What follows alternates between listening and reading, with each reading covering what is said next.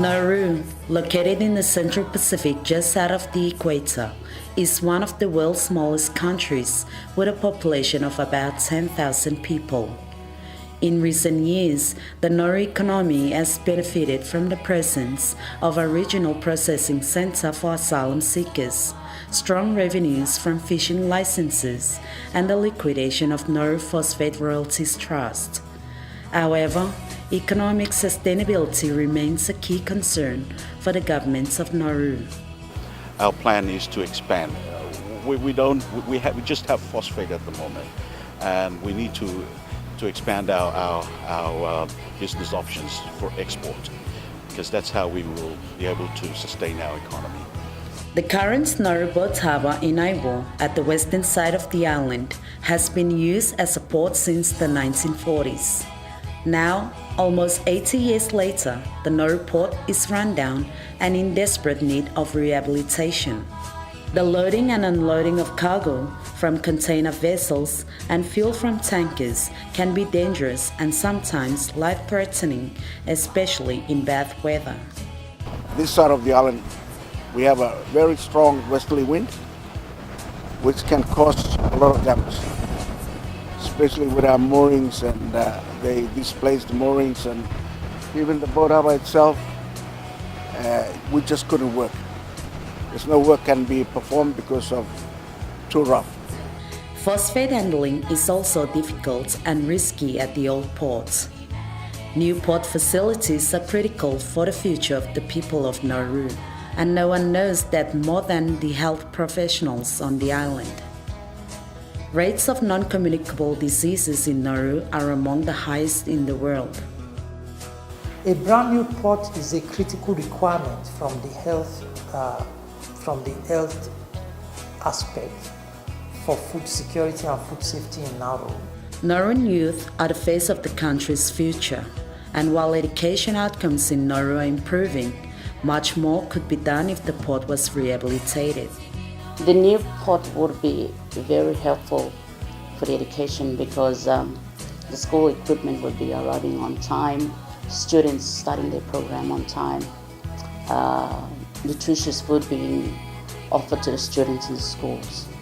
Students would, once they graduate, they will be able to find jobs in the port. Private sector activities on the island are adversely affected by the inefficient old ports.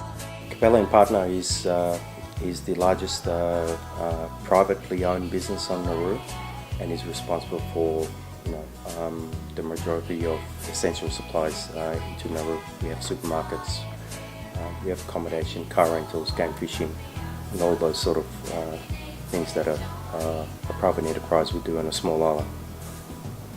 We've been going through some very difficult periods because of the state of the port as it is.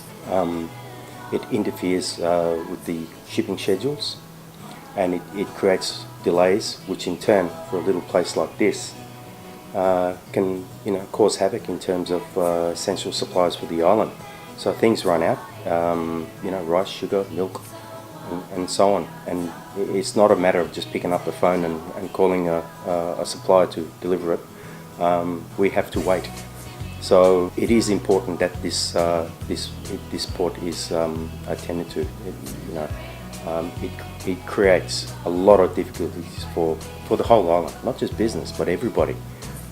Well, with the current system that we have now at the port area, is that we do face several challenges and obstacles, especially with this discharging of our cargo. This is because right now Nauru Port is still in the phase of doing everything by manpower, and this is hard labor, and it's also not entirely safe for our workers. With the new port, I say this would be big accomplishment for Nauru. It's a major infrastructure that we've been dreaming over for so many years. If that could be changed, it's been so long that I think compared to all the countries around the world, Nauru is the only country that is left still operating with this kind of port system. If the port is upgraded, this will be much better because as we know that sea freight is much cheaper. Nauru is an isolated island and we depend so much on cargoes coming from overseas. Nauru, like many Pacific countries, is vulnerable to climate change and sea level rise due to its limited natural resources, the high concentration of its population living on the coast, and the frequency of storms and other severe weather events. A renovated port would improve Nauru's climate resilience. Like all countries in the Pacific, Nauru is subject to a number of climate changes, sea level rise, temperature changes, and so on. In the case of the Nauru port, those changes are conspiring together against the ability of that port to be viable in the future. So what Nauru needs to do is to completely change the way they manage ports, where they need a transformational shift, which in this case is an entirely new port system. Nauru and the Asian Development Bank have been working together since 1991, with ADB improving loans, grants and technical assistance amounting to over $25 million. ADB stands ready to assist with the proposed Nauru Port Development Project in close coordination with other development partners. Over half of all ADB investments in the Pacific region are co-financed with partners. I think partnership is foremost in a project like this because of the cost. It is a huge project for us. We cannot do it ourselves, so we invite partners to come in, and already we have